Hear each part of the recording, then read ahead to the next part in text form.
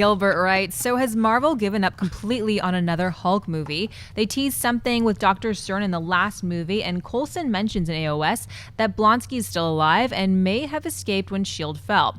Seems like a waste that they wouldn't at least try to use the leader to break the streak of subpar villains not named Loki. Thoughts?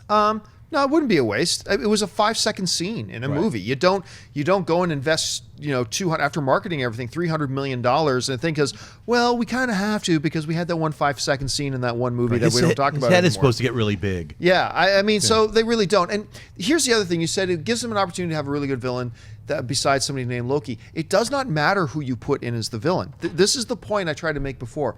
It doesn't matter. Any of the villains they have used up until this point could have been amazing, memorable villains. The problem is not that they don't have good villains in their comics. They do. The problem, and I put the quotation marks around problem, the problem is that Kevin Feige has a philosophy of not spending a lot of attention on the villains. Kevin Feige has set up a practice, if you will, a pattern of he wants his hero movies to be about the heroes. And he wants the vast majority of the time focused on the heroes. And the villains are just kind of there to play the role, the motivation point, if you will, for the hero. Loki has taken on a life of his own. So that's been the exception kind of up until this point. So you can bring in the leader. You can bring in the best possible villain you can think of. But if it's in one of these standalone Marvel movies, the odds are that it's still going to be used the same way that, like, say, Ronan the Accuser was used in Guardians. And I really like Ronan the Accuser, but they used him in a very small way. They could have done a lot more with that character. He's a great character.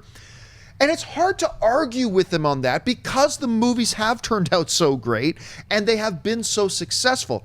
So just because you bring in the leader, you can bring your absolute 5 top favorite villains. You can bring in Doctor Doom from the Fantastic Four world into the Marvel Universe. Fact of the matter is, he's still probably going to be used the same way, and you're going to end up with the same results. Anyway, that's just the way that I see it. Christian, how do you think it would measure out? I think you can get some more villains now and better villains once the Spider-Man franchise comes over to the Marvel Cinematic Universe as well, because I think personally Spider-Man has the best villains, and I think if it plays over into that world eventually, could work great. I want to see another standalone Hulk movie, and I actually think you will see another standalone Hulk movie after Ragnarok. I think it'll be announced, but whether or not it's 5, 6 years, 7 years, who knows? But I think it's going to happen because you're going to get more. You got to realize so far Hulk has just been.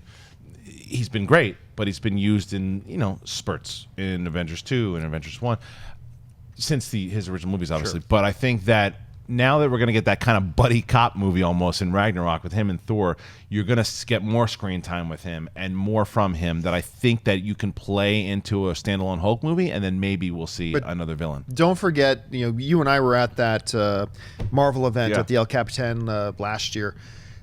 Kevin Feige was asked about that, and Kevin Feige kind of gave the impression, he says, look, no plans for a Hulk film, but he's going to be a big player through our franchises. He also said no plans on bringing Spider-Man over.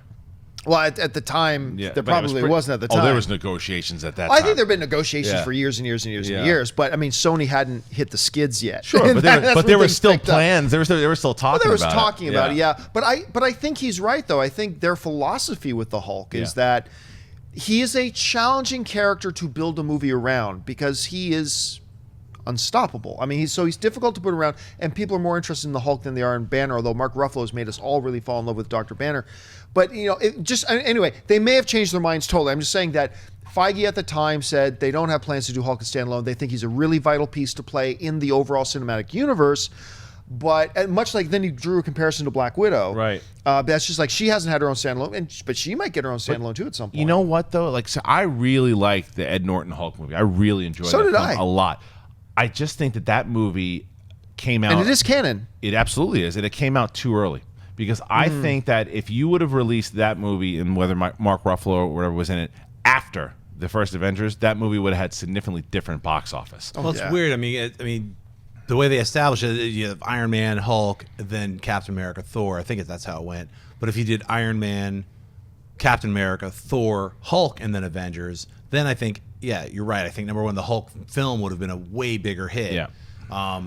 But that's neither here nor there. Whether or not the guy was gamma radiated and he's his head's getting bigger at the end, and he's going to become the leader. That's all done away with once Ed Norton stopped being, Bruce Banner. They moved on. They had Ruffalo, and obviously there's those rights issues between Disney and Universal. As far as being able to release a Hulk standalone movie. Paramount or is it Paramount? It's Paramount. some other company. I don't know, but they can't do a Hulk standalone film right now. So that's not even a viable Really? thing. Yeah. Oh, I thought so that was done. I think they can. Yeah.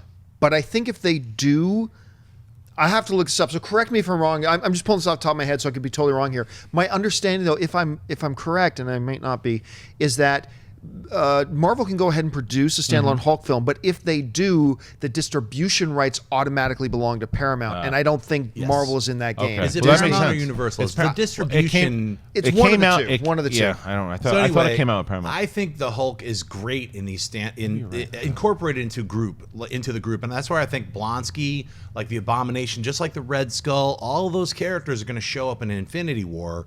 I think that's where you're going to see, Blonski, look, Abomination, Yeah. I've said for a long time, man, I think that is a treasure they've got locked Yeah. away. That Abomination character, Yeah. because he is somebody who poses a legit threat to Hulk. Totally. He could be a standalone legit threat. He can be beaten, but a legit threat to the Avengers as a whole. Totally. He's freaking the Hulk, just more smart. Yeah, when they put together like the evil Avengers or whoever Thanos assembles to like fight, against the Avengers, the Abomination is going to be on that team. I hope so. Red Skull's going to be on it. Loki, they're going to bring all of those Hope so, characters. yeah. That's the way to do it. That's what they do in the comic books. Yeah. That's what I want to see in Infinity War. I want to see all the villains, not just like 48 superheroes. I want to see 38 villains fighting him. So, that's what I'm hoping. I think that the way Feige said he's going to, you're just going to get the Hulk through these big team efforts. Like he's going to guest star in Thor. He's going to show up in Infinity Wars 1 and 2.